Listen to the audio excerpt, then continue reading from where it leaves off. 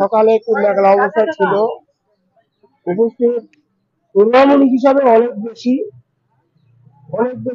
হরদিপুরে একদম সূক্ষ্ম এবং সুন্দর ভোট হইতেছে, কোনোই নাই। তবে আমি আনারসের সমর্থক, আমি আশা করি যে হরদিপুর থেকে আল্লাহ রহমতে আমি 14 ভোট আনারসকে দিয়ে বিজয় হবো ইনশাআল্লাহ।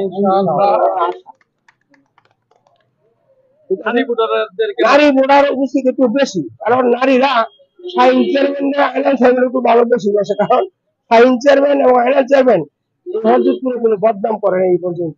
হ্যাঁ, তাদের কোনো সন্ত্রাস বলে নাই, তারা সন্ত্রাসের সাথে মাদকের সাথে কোনো জড়িত না, তারা এগুলি বিরোধিতা করে, এই জন্য তাদের জনপ্রিয়তা অনেক বেশি। আল্লাহ। আচ্ছা, আরেকটা অভিযোগ আমরা পেলাম যে কাপ্রিসের যে এজেন্ট যারা আছে তাদেরকে নাকি বের করে দেওয়া। আরে বাবু, বের করে কেন দিবে? কাপ্রিসের এজেন্ট না দিতে পারে তাহলে এটা বিশাল লাভ আছে। এজেন্ট বের করে দেবো কে? আমরা তো চাইছি যে হরদিপুরে সূক্ষ্ম পড়ুক। হ্যাঁ, বের করে দেওয়ার মতো এরকম নিউজ আমার কাছে আসে নাই। কাপ্রিসের এজেন্ট দিব কোথা থেকে? লোক থাকতে হইব না, লোক হইব নাই, আবার দিব কোথায় থেকে?